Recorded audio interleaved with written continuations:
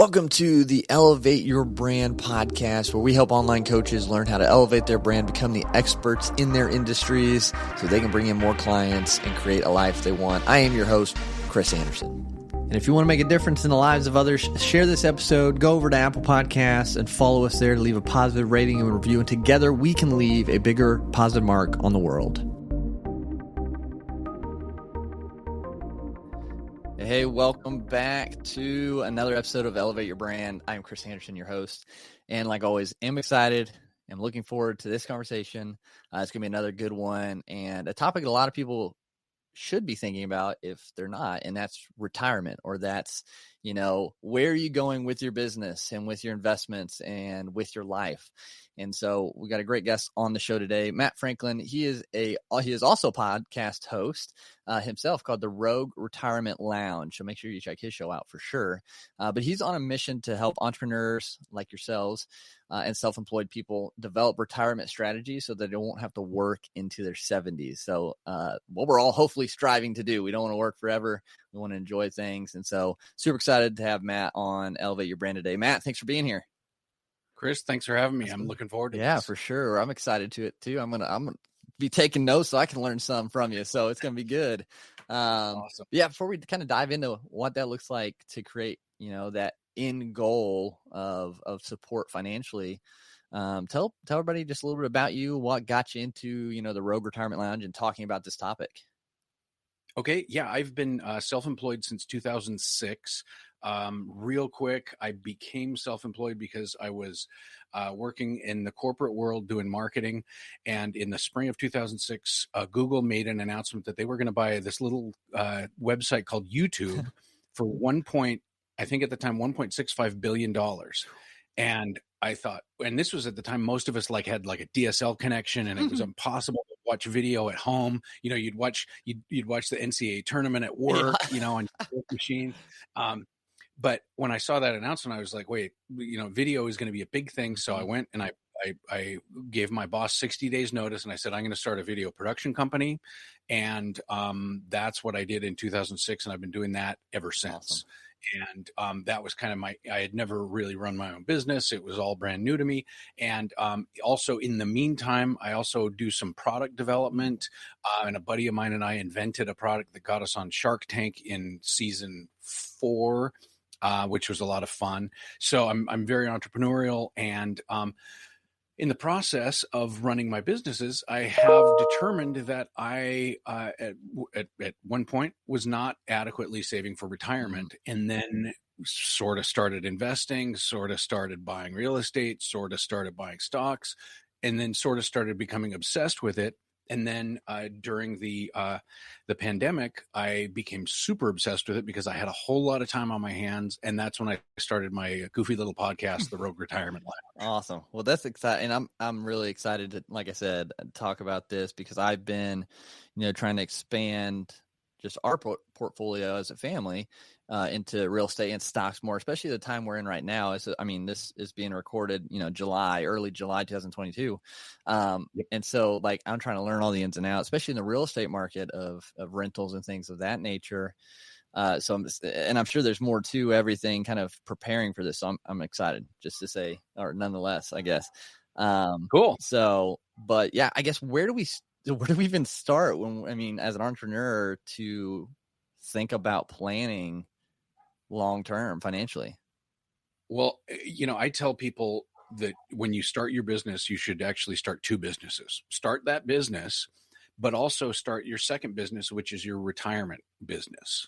And I know, believe me, I know I am in a feast or famine business myself, where there are months when the cash flow is great, and then there are months when nothing is happening.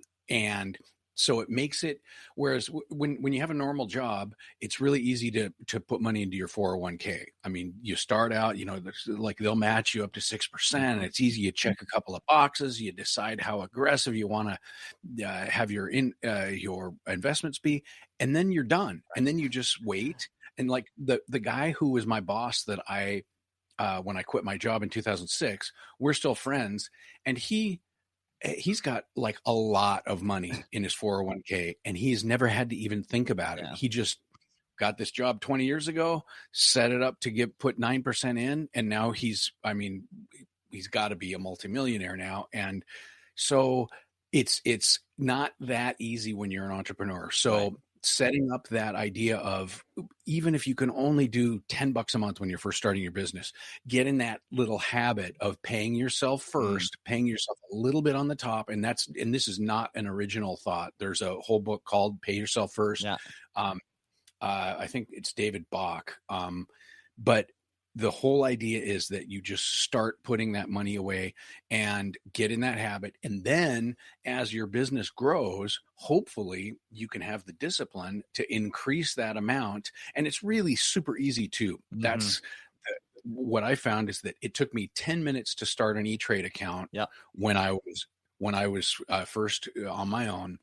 You can buy fractional bitty bits of mutual funds for very low amounts, or you can buy ETFs for even lower amounts. And it's not hard. It really isn't hard. Because those, ETFs and mutual funds and things, those are they fairly, again, I'm novice in this aspect of things. They're fairly recession proof. No, but unfortunately, okay. no. Do they get they get hit hard then, probably, by if they had a lot of money in it with everything that happened in pandemic and whatnot in this recession and things when going down? Did that affect people's retirement then? Are they able to get back? Are they able to get back to the level that they planned to be at? Well, that kind of depends, because what happens to a lot of people is, we're down depending on which markets you're in. A lot of people are down 30% this year. Okay, yeah. Some people are down more. If you're in cryptocurrencies, Right. you're down way more. Yeah. But ultimately, the people who don't, or who aren't able to make it back up, are the ones who sell at the bottom, who panic sell. Yeah. Like, oh no, I've already lost 30%. I better sell now. Yeah. And you're basically, by doing that, you're locking in your losses. Gotcha. So, but to answer your first question, no, ETFs and mutual funds are not inflation or not recession proof. Right. There are categories, like, for instance, if you would have thought ahead, okay, like in February, Russia's going to war with Ukraine. Both Russia and Ukraine are big exporters of food. Russia is a huge exporter of energy and commodities.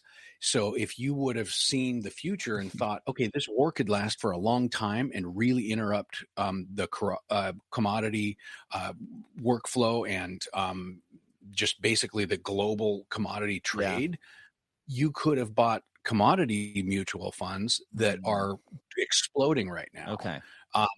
So if you are an active trader, you can kind of trade through this. But again, most people don't have the time, inclination, or knowledge base to do those kind of trades. Yeah, for sure. So say you have stocks. Say if you're not like the trader, just to sit on the long-term stocks and maybe acquire more during this time is probably a smart move.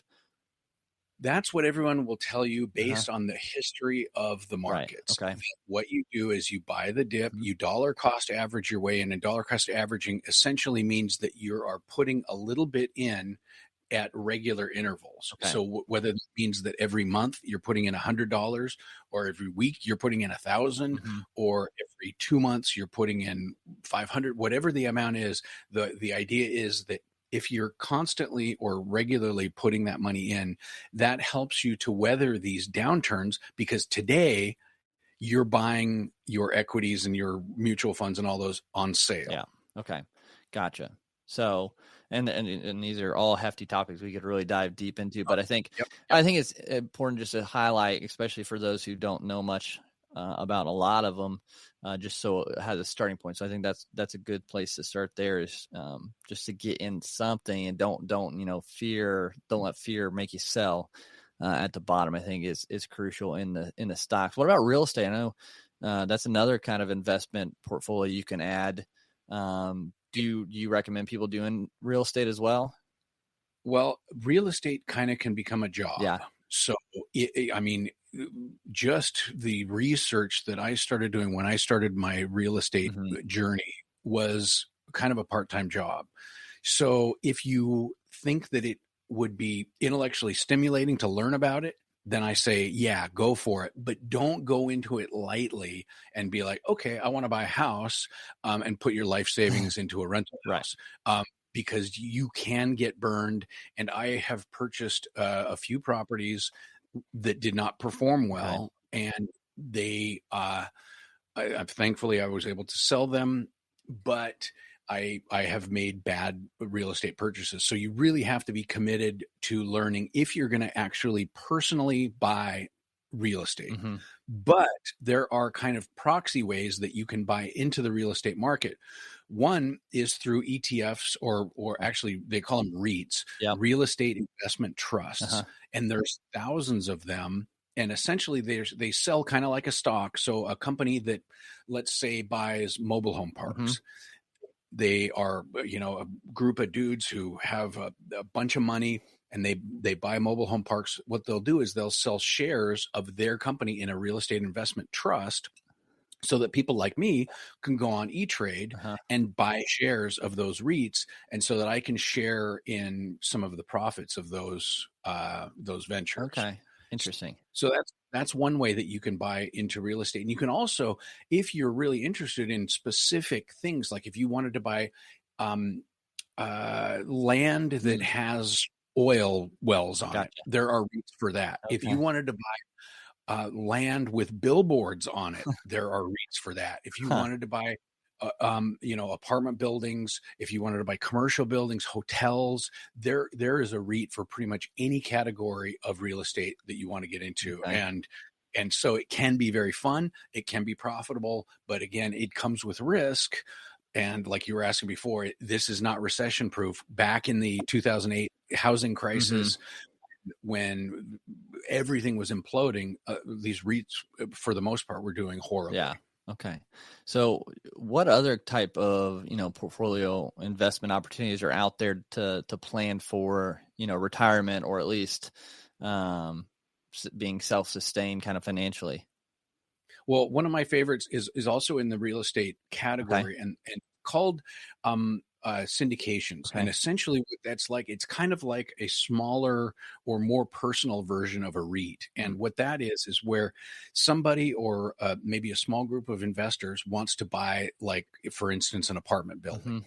What they will do is they will essentially create a syndication model where they will sell fractional shares of this investment to people like me, so I could buy into it. And I've done that on a few where, for instance, I've got one that's doing great in Colorado Springs. This guy who I found and I trust, he bought, with a whole bunch of people like me who gave him thousands and thousands of dollars, an apartment building in Colorado Springs, and rents have gone parabolic. And it pays me an 8% dividend quarterly, but on an annual level, it's 8%. But when the thing sells, when this apartment building sells, then I'm going to get all of my money back and more. And the first syndication that I did made me a 23% annualized return. Wow. So that's really good. And you could consider something like this, apartment buildings, kind of counter recessionary. So as the recession gets worse, people are going to lose their houses, or want to move out of their houses, or want to move out of expensive rental houses, and are going to probably move into apartment buildings. And so apartment buildings probably, and there's a housing shortage, as we've all been made aware. So these apartment buildings are probably going to perform very well if the economy continues to kind of go down. Yeah, go the way it's going. Yeah. Okay. Yeah. So is there anything else, or are those kind of the main ones that people should start kind of feeling around it and learning about and trying to utilize for the future? Well, I mean, yes, technically you can go and buy your own house. Right. And that is, like I say, that's an art and a science of itself. But these syndications, I find, are a really great way to get into it, because in general, if you do your due diligence and you find out that you have a person who's done it before and has a good track record, it at least for me, has been a very safe, predictable way to make money. Gotcha. And they can go on, like you said, E-Trade for those as well? Not for the syndications. Not for the syndications. Those you have to go directly to the syndicator. Okay. And there's a whole bunch of SEC rules, and sometimes you have to actually know them or have a pre-existing relationship with them. And so what I started doing back in the day is I started listening to the Bigger Pockets podcast. This is a huge pro tip for you. I started listening to the Bigger Pockets podcast, and I would listen to when they would have syndicators on. I would get their names. It's always in the show notes. And then I would call them and I'd say, "Hey, Dave, my name is Matt Franklin. I want to be an investor in one of your next syndications. I know that we have to have a pre-existing relationship. Let's have a call." So we have a call. They write it down. I write it down. We maybe have a couple of chats every couple of weeks just to say hi. So we build that relationship. Then 6 months later, he's going to buy an apartment building in, say, Colorado Springs. He says, "Hey, Matt, I got an opportunity for you." And then it's above board. We have a relationship. I can give him money. And then that was how I met all the syndicators that I've worked with. Awesome. Is through hearing them on podcasts and then just reaching out and saying, "Hey man, I want to be your friend." So what's the average, investment if you wanted to get in the syndication part of things with real estate?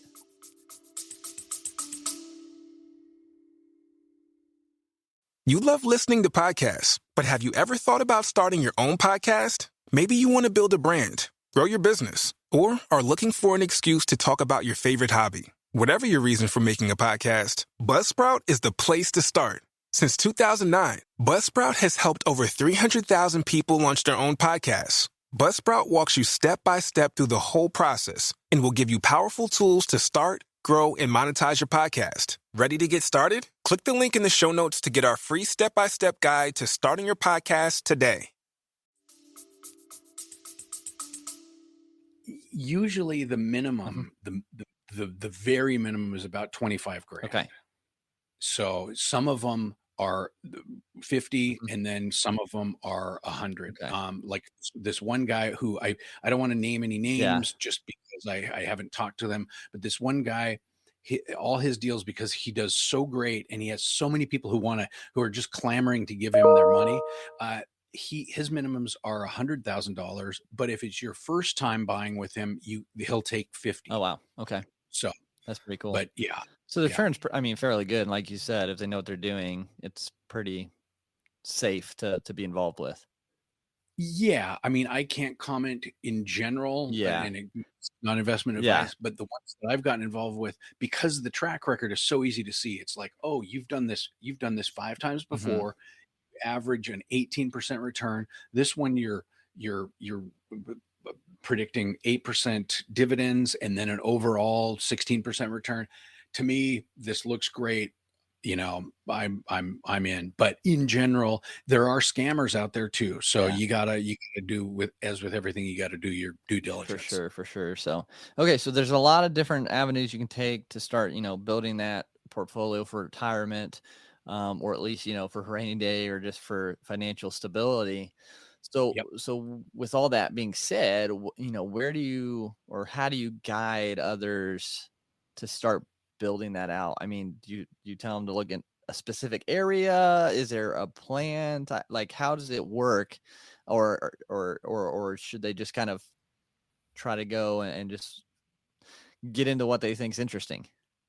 Well, the first thing I tell people really is to open that E-Trade account. Because you're not going to have, most of us when we start our business, we're not going to have 25 grand sitting around. So the thing is to just get started putting away money.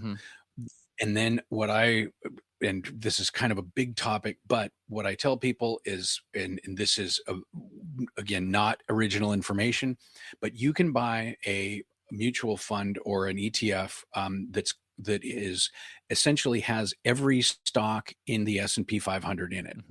It's a Vanguard mutual fund or ETF called VTSAX. Is the ticker symbol is VTSAX, and if you buy that mutual fund, you're buying a little piece of 500 different companies. Gotcha. So you are immediately diversified by doing that.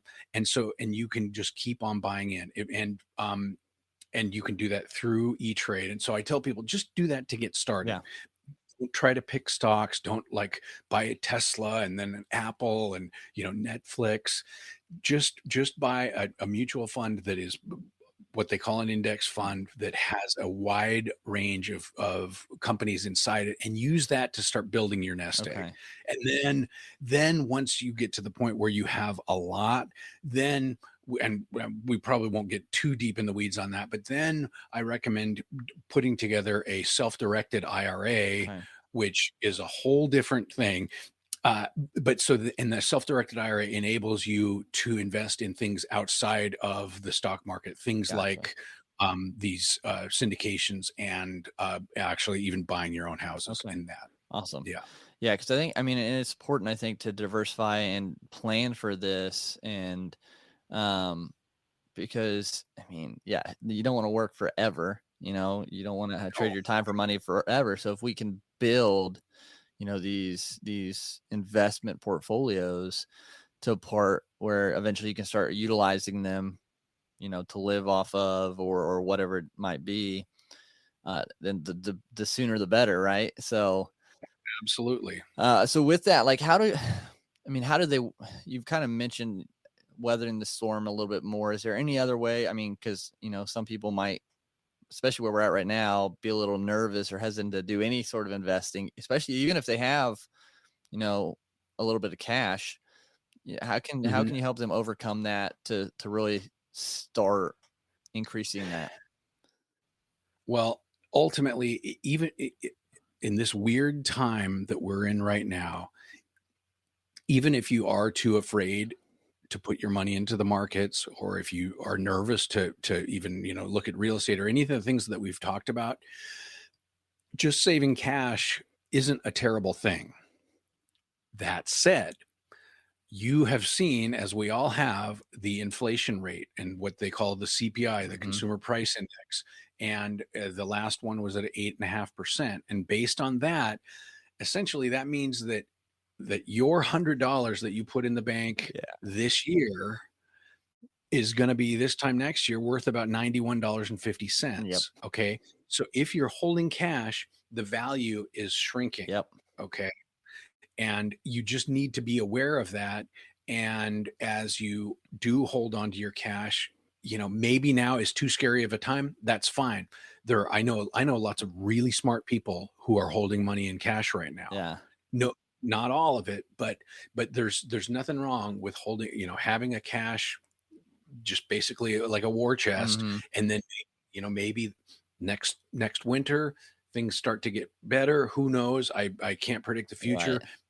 Having that, what they call the dry powder, so that Mhm. you can invest confidently when you feel like you're ready to jump in, is nothing but a good thing. Yeah. Is there anything that's really, in your opinion, obviously it's not advice or anything like that, but in your opinion or what you've seen right now, right now, something that's good to invest in, even despite, I know you said commodities would have been good a little bit ago in the time when Russia started. Anything right now that you'd be like, oh yeah, that's what I would invest in, just how everything's going? Or is it kind of like, okay, let's take a step back and everything? Well, if I'm investing for the long Hmm. term, for say the next 10 years, um, one sector that I kind of like is anything related to uh, electric vehicles, green energy, stuff like Mm-hmm. that. Because right now, there's such a push from the administration on down to the high school campuses to greenify Mm-hmm. everything, to make electric cars and to make windmills and to make solar panels. And we could get into a whole deep debate on the environmental impact of the batteries that they're putting into the cars, Yeah. and whether or not that's really helping make the world a better Right. place. And the slave laborers in Liberia who are digging up the lithium to make this. I mean, we could spend all day on that, but electric cars are not going to go anywhere. Right. The whole green thing is not going to go anywhere. And you got to have, like, for instance, these rare earth magnets. They're called neodymium Mm. magnets that they use in generators for like in these Mm-hmm. windmills. they are hard to find. Most of them come from China, and their price is going to continue to go up as we build more windmills. If you look at things like copper, it takes a lot of copper to make an electric car. Mm. As I said before, lithium. So for me, if I were looking for a sector to invest in for the next 10 years, I would be looking at mutual funds and ETFs that are kind of investing in the commodities that support the electrification movement. Gotcha. Okay. And in real estate, you said syndication was kind of your go-to or your better part of it. That's what I like, Yeah. because the other part about the real estate syndication is that once you've given them your money, you don't have to do anything. You never go unclog a toilet. You never have to paint the walls. Right. You never have to deal with the late tenants. There's a management company that takes care of everything. And so you just sit and cash checks, Nice. which is a beautiful thing. Absolutely. Yeah, that's definitely, and I never even had known about the syndication stuff. So I learned that was what I learned today, a big part of it. Cool. So that's cool. I'll definitely look into that. Cause we've been looking into doing like long-term rental houses and getting into that. It's just for me, it's the first time doing that. And so I'm like, is this the right time? People are like, oh, the market's going to crash. And they're like, no, it's not. It's to do it anyway. So I'm like, So, cause I want to diversify and get into more passive revenue from it and be able to build the retirement. So trying to learn about it and trying to take the right steps forward. So, because it's important. Do you listen to the Bigger Pockets? I do. Podcast? Yes, I do. Yep. Yep. And I have their book too. Okay. Burr, yeah. Yeah. Okay. Book, so Josh Dorkin. Yeah. So that's great. Trying to learn.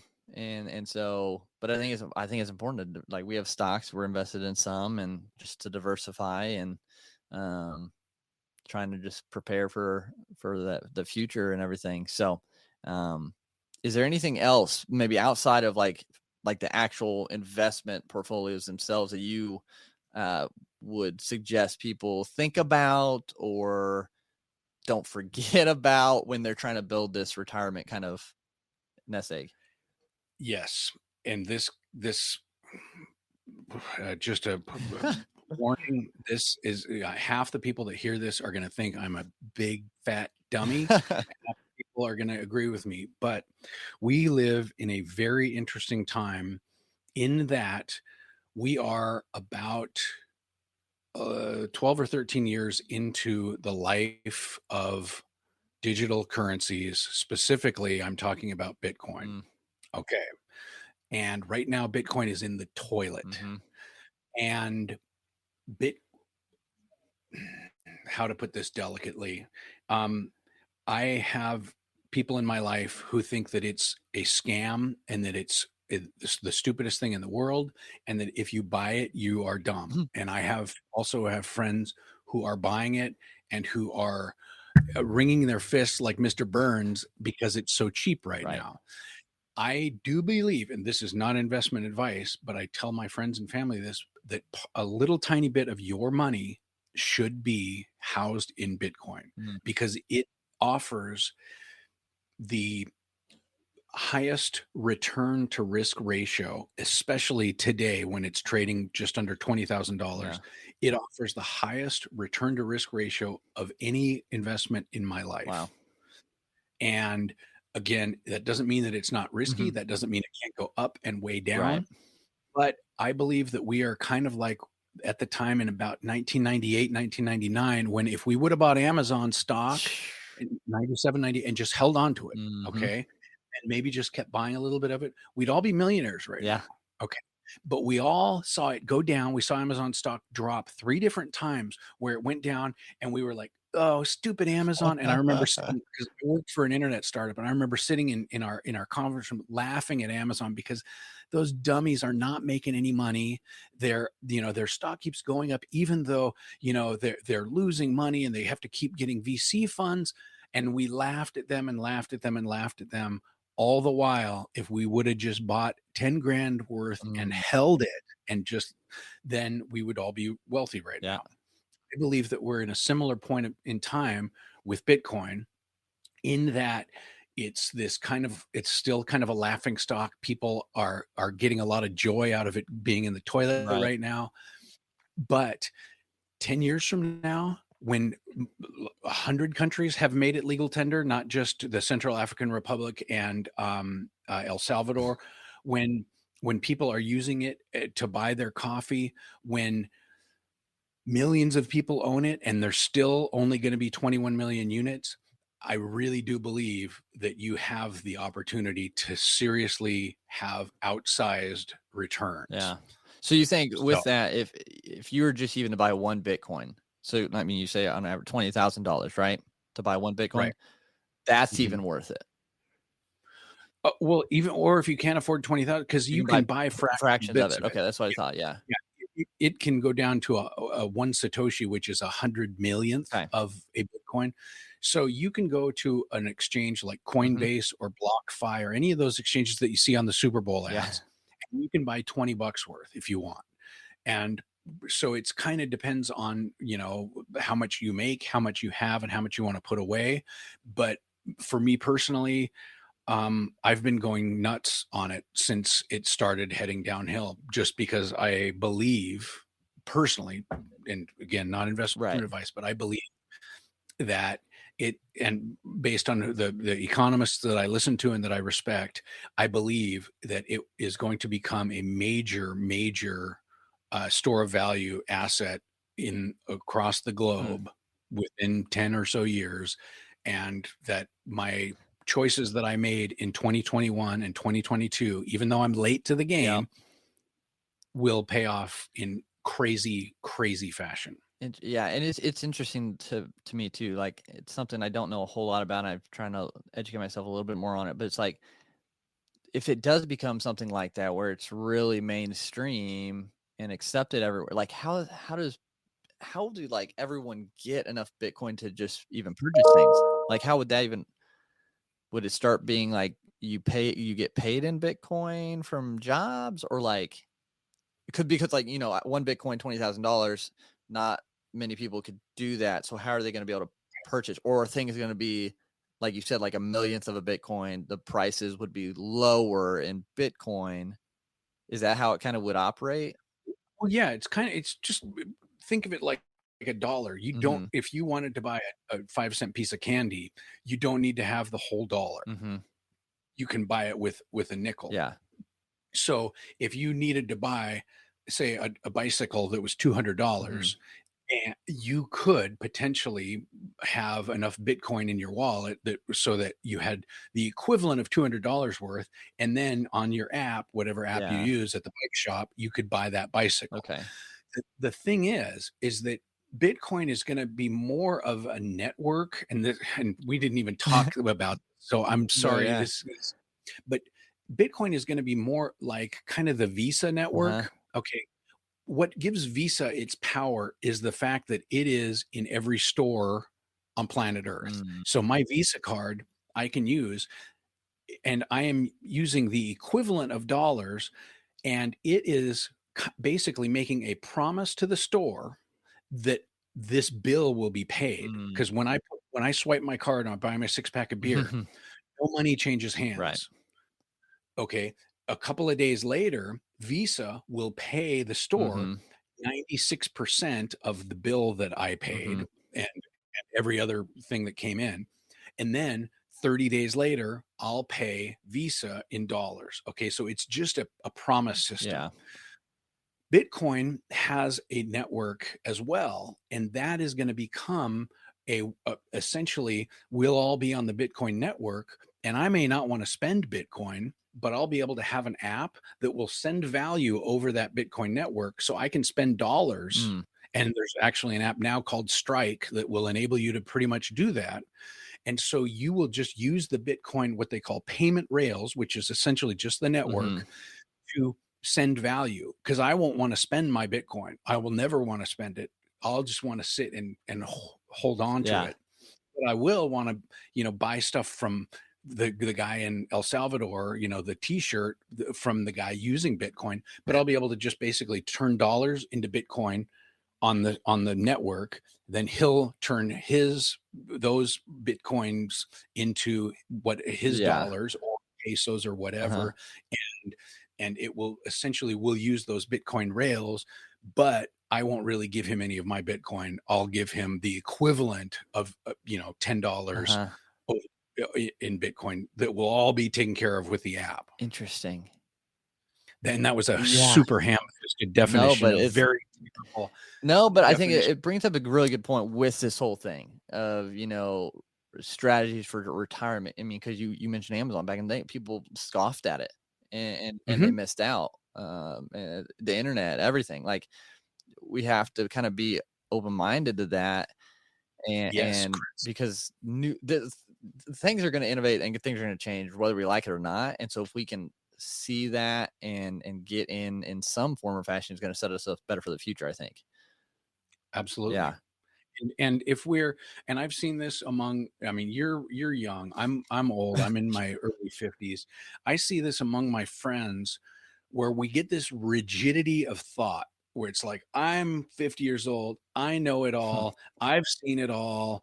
I saw the 87 crash and I saw the 2008 blah, blah. I know it all. And so a lot of people are having that mental rigidity where they're not being open to, okay, wait a minute, this whole Bitcoin thing came out of nowhere and I keep denying it, and I keep saying it's stupid because I'm rigid and I don't have the intellectual curiosity to learn about it. Yeah. And I was the same way in 2017 when I bought my first Bitcoin. Yeah. I was like, okay, as soon as it went down, I was like, oh, I got scared and I sold it Oh, because I okay. didn't have the curiosity to study it and learn about it. Yeah. Now that I've learned about it, I'm realized, oh man, I would never sell, or at least not now, Right. because I understand better the whole intrinsic value and because I'm not being rigid and closed-minded. Yeah. And it's just like, crypto, NFTs, Web3, like all this stuff. It's just like, there's so much to learn too, which a lot of people don't want to do because that's Yes. a lot of energy and a lot of time to try to figure it all out. But I think it'll be worth it in the end. So, and I think that, like I said, with anything with retirement strategies is just, you have to be open-minded, take a little bit of a chance, and not let that fear even stop you from, investing into something. I mean, you might take a loss, but you can bounce back. And I think that's the big, especially in entrepreneurship, we're used to that. So we've got to keep with Absolutely. that. Yeah. Just try to make the best calculated decision. And if it works out, great. If not, pivot and take the next step forward. So Absolutely. this has been really good. I think it gives a lot of people, especially if they haven't really thought about it, a good kind of starting point, stepping off point in the different abilities, the different portfolio assets that are out there, to really start kind of learning about and talking to spouses about and talking to people they cherish the knowledge of, to get ideas and direction with. So I appreciate you diving in and covering these in a high level. We could do an episode on each one of these more in depth, and probably a series on, well, definitely a series on each of these. So obviously, I appreciate how you articulated and walked us through a lot of this. Is there any kind of final thought or things that you would want people to understand about saving for retirement? Well, you mentioned your spouse, okay, or the idea of bringing your spouse in, and I think that when as an entrepreneur, one of the hardest things to deal with is your mate, because your mate may not have the same risk tolerance that you do. As an entrepreneur, we kind of are like a burn the boats, let's go for Yep. it. I can eat rice for the next 6 months while I get my business up. But if you have your mate or your spouse or whatever, it's very important with your business to have them aligned on what your view is. Okay. Even if they're not as risk tolerant as you are, making sure that they can see the vision. Yeah. Because a lot of times we have the vision, but it's just kind of here on our desk. We have our head down and we're not sharing what we believe is going to happen in 6 months or what we would like to happen. And so I believe that not necessarily bringing them into the business, but making sure that they can see what the vision is and that they have that same vision so that they can understand why you're working that extra 4 hours tonight and tomorrow night Yep. and Saturday Yep. night.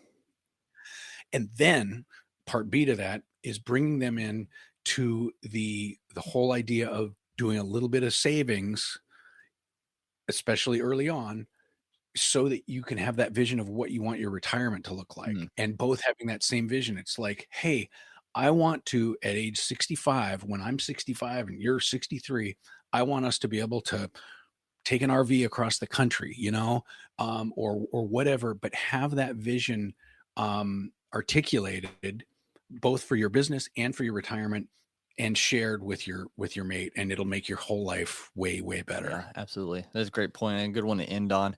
One question I do kind of just want to ask, just for out of curiosity and to kind of end on a happy, or not that it hasn't been happy, but just a different note for you, Matt. Okay. I'm just curious, what do you do for fun outside of investing and talking about it and your production company and everything like that?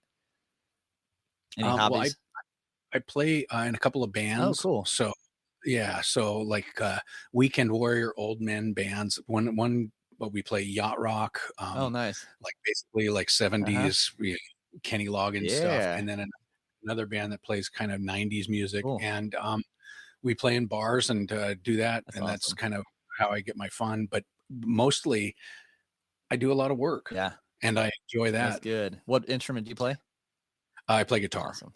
That's cool. Yeah. Yeah. And, if we don't have anything we enjoy, hobbies like that, as entrepreneurs, and I think we kind of lose sight of the purpose of enjoying the work, because it gives you the opportunity to play and do that. And so I'm always curious what people's hobbies are, but I appreciate you sharing that. I appreciate you diving in this topic. And to end things out, where can people find you, connect with you, and maybe seek out more advice from you?